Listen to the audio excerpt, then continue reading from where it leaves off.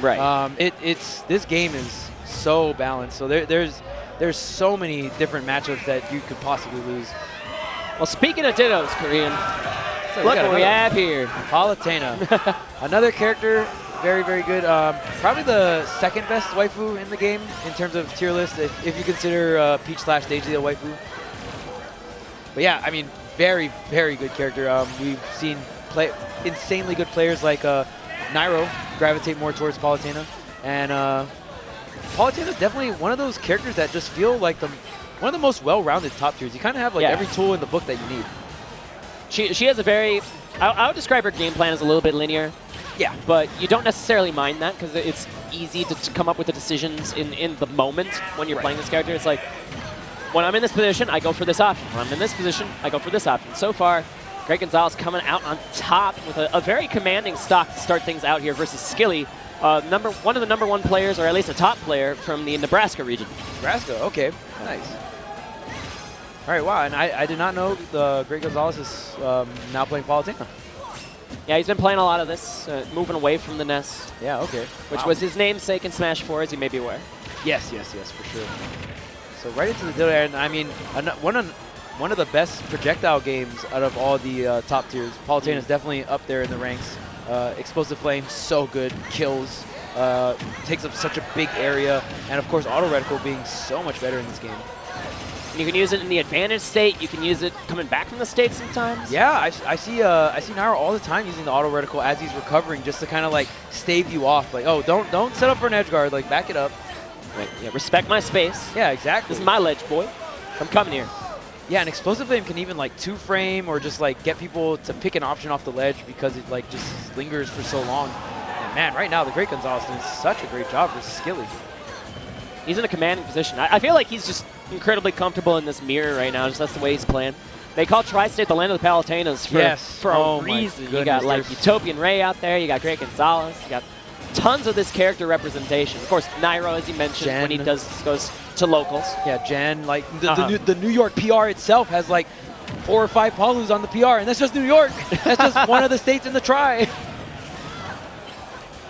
Yeah, I mean, so definitely if you're a Palutena main in the Tri-State area, you're definitely going to know the Ditto. They're probably like so well practiced. But Skilly get himself on the map here versus Great Gonzales. Off to a slower start for this match so far, but you know he's on the board with that up smash in the corner. But here is Great Gonzales batting his way out of the corner himself, and okay, all right, what is happening? The projectile war, man. I hate that. I hate everything about that. I'm not allowed to be biased, but doesn't sound like you're the biggest Palutena fan.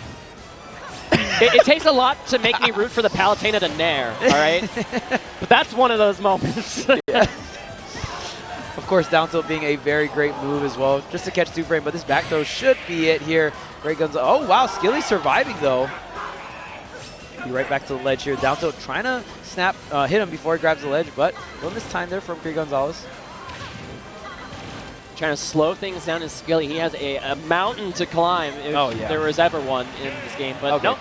All right, cross stage, back air. Gonna seal the deal here for Great Gonzales, and pretty solid 2-stock if I do say so myself. And it's hard to be in that position as Palutena where it's literally you get by anything, you die. That was a back air from across the stage. Yes. Really, any kind of poke or prod would have killed you in that spot. And in the Ditto specifically, it's hard to commit to something because like you kind of, in order to be safe with the Nair, you got to be kind of predictable in which area you're going to drift. Am I going to drift left? Am I going to drift right? Right. Great Gonzales can be aware of that, especially as a main of the same character, to come up with a punish. And so it's hard to commit to anything like that. In the ground game, it leaves a little bit to be desired from Palutena in this situation. You have to be committal with your tilts or committal with a dash grab. It's tough. But all of a sudden, Skilly going to his previous main, the Smash 4 main, the Villager. All right, and definitely a character that I don't think is that great in this game. I feel like everyone got upgraded and then Villager just straight up got nerfed. The down air comes out much slower in this game for Villager. I believe the chance for a triple turn-up is much larger, but just one of the hardest things about juggling Villager in Smash 4 was that his down air, or her down air, came out extremely fast, and you also have to respect Nair. You don't really have to respect that down air anymore. I do agree with the switch, though, because it definitely looked like Great Gonzales was very comfortable in the Palutena Ditto.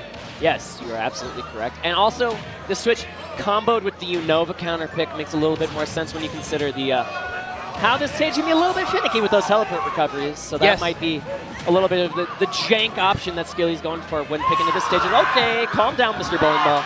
Yeah. 2 of those in a row would have blown up the goddess. Oh, yeah, for sure. And try to get another. And look at how little lag that bowling ball has for how powerful that move it is. It always like kind of trips me out how little lag it has. I don't know if you guys can hear, but this Nebraska crowd is just freaking out every time there's a bowling ball. Nebraska, one of the rowdier crowds in attendance here at Smash and Splash today. I've seen and heard them cheering for their boys on a couple of these streams so far. Nice. That's always a very fun aspect too. Is just when the crowd is wiling out.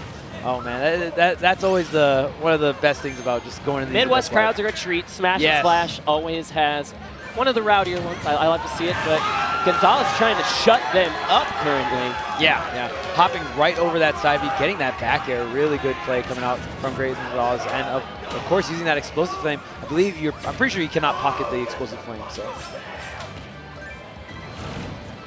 And okay, Lloyd Rocket just kind of ignoring that projectile entirely. But he forced the directional air dodge. I mean, at that point you had the regular air dodge, but he still possibly could have got hit because he's falling down with the bowling ball as well. So he might have just been dead. As the Hulk says, I see this as an absolute win. Yep, there you go. Gonna make it happen here. Yeah, wow, Skilly really rocking it well on this villager. The Lloyd Rocket will body block the neutral B auto reticle, so that can kind of shut at least that part of the projectile arsenal coming out from Great Gonzales. But right now, Great Gonzales not throwing out a single projectile; he's going in. Now you talk about the Smash 4 changes to Ultimate for both these characters. In that game, this matchup was unwinnable. You're right. Because of the way that Reflect worked in that game. You could just literally spam it against any of Villager's choices of projectile options, and it would reflect easily. In this game, you have to time the Reflect, actually. You have to have a read on when those projectiles are coming out in order to make it happen. So, at the very least, even if the character is worse in your expert opinion, better in this matchup. In this game, for sure. Yeah. I believe that this was absolutely Villager's, like, hands down worst possible matchup in Smash 4. It was like a 7-3. It was. And there weren't too many 7-3 matchups, if you ask me. Instead. Yeah, it's probably one of the worst matchups in the game.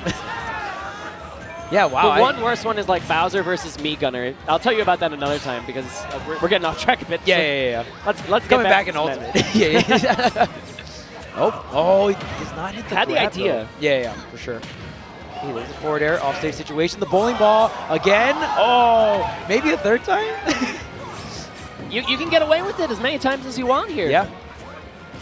But that nair, not quite enough. Still able to cancel the momentum with the Lloyd Rocket. Yeah, so good. Yeah. Oh, that hasn't changed. Okay, nair. No double jump. Oh, wait, jab. Wow, that was so smart. Wow. Just a single jab. That was so good. He still had no double jump. And then he just reacted with the bowling ball. But all right, calm down, everyone. Supposed to flame and seal it out. But man, God, that was so good.